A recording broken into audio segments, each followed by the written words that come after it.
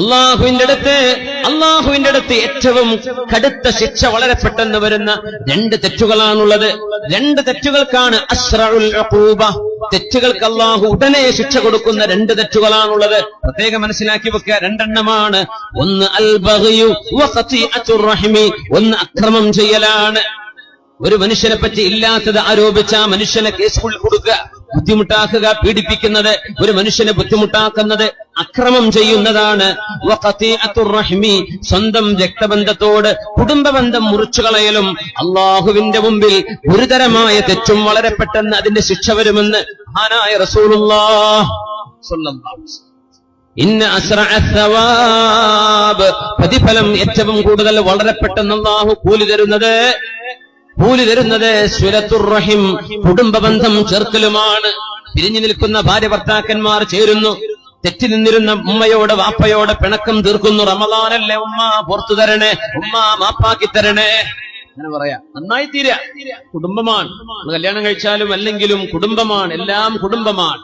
കല്യാണം കഴിച്ച പെണ്ണിനെ സംബന്ധിച്ചിടത്തോളം ഭർത്താവിന്റെ ഉമ്മയും വാപ്പയും അവൾക്ക് രണ്ടാമതൊരു വാപ്പയും രണ്ടാമതൊരു ഉപ്പയുമായി.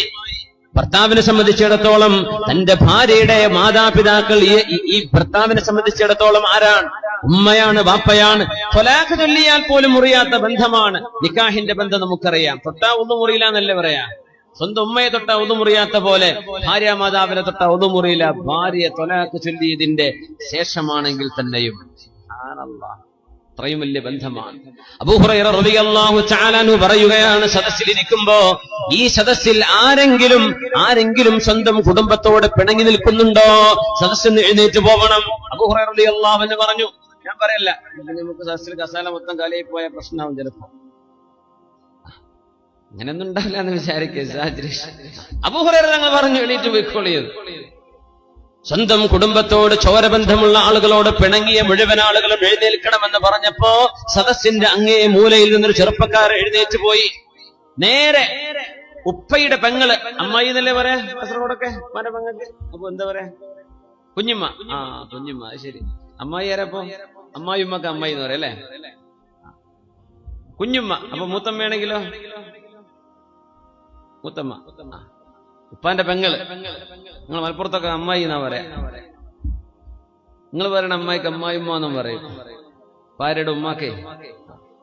അപ്പൊ കുഞ്ഞുമ്മേ മൂത്തമ്മേ, മനസ്സിലാകുമല്ലോ? അങ്ങനെ പറഞ്ഞ പോരെ. അപ്പൊ അവരുമായൊരു പിണക്കുണ്ടായിരുന്നു ചെറുപ്പക്കാരന്. നേരെ ചെന്നിട്ട് പറഞ്ഞു, കുഞ്ഞുമ്മ പൊരുത്തപ്പെടണേ. എന്തേ മോനെ ഇപ്പൊ നന്നായി? ഒന്നുമില്ല, അബൂ ഹുറൈറ തങ്ങളുടെ ക്ലാസ് അവിടെ നടക്കുന്നുണ്ട്, അവിടുന്ന് ഒരു വാക്ക് പറഞ്ഞു.